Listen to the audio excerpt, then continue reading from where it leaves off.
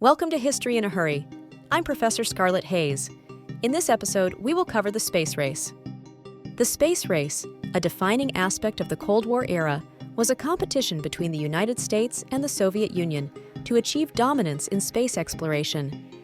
This technological rivalry was fueled by geopolitical tensions, with each superpower seeking to demonstrate its scientific prowess and ideological superiority.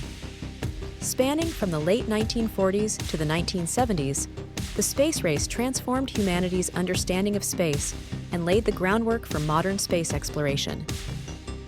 The origins of the space race can be traced back to the end of World War II, when both the United States and the Soviet Union acquired German rocket technology and expertise. The development of intercontinental ballistic missiles, or ICBMs, during the early stages of the Cold War set the stage for the application of rocket technology in space exploration.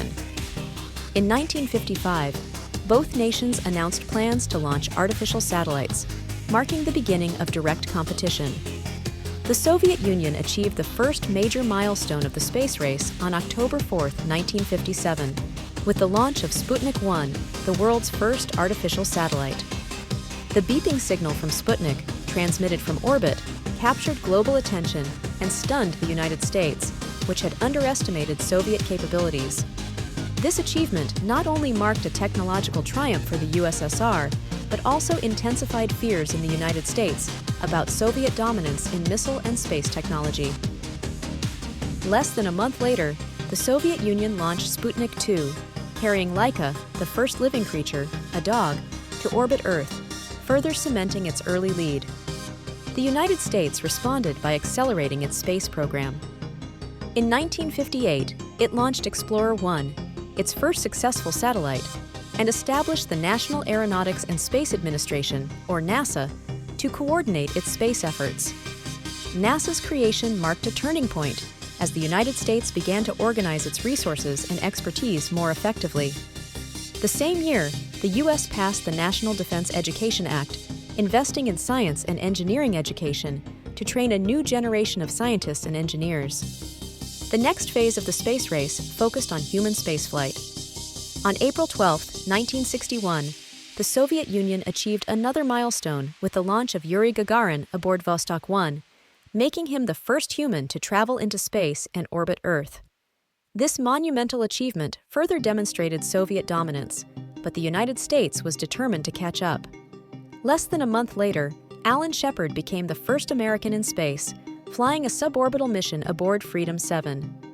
President John F. Kennedy, recognizing the need to reclaim technological and moral leadership, boldly declared in 1961 that the United States would land a man on the moon before the end of the decade. NASA's Apollo program became the centerpiece of America's efforts to fulfill Kennedy's ambitious goal. This program involved a series of missions aimed at developing the technology and expertise needed for lunar exploration. The Soviets, meanwhile, focused on their own lunar program, but faced setbacks due to technical difficulties and internal competition among their space scientists. The United States achieved a major breakthrough with the launch of Apollo 8 in December 1968, which carried astronauts around the moon for the first time. This success set the stage for the historic Apollo 11 mission. On July 20, 1969, Neil Armstrong and Buzz Aldrin became the first humans to set foot on the lunar surface, while Michael Collins orbited the moon in the command module. Armstrong's words, "That's one small step for a man, one giant leap for mankind," symbolized not only a technological triumph, but also humanity's shared aspiration for exploration.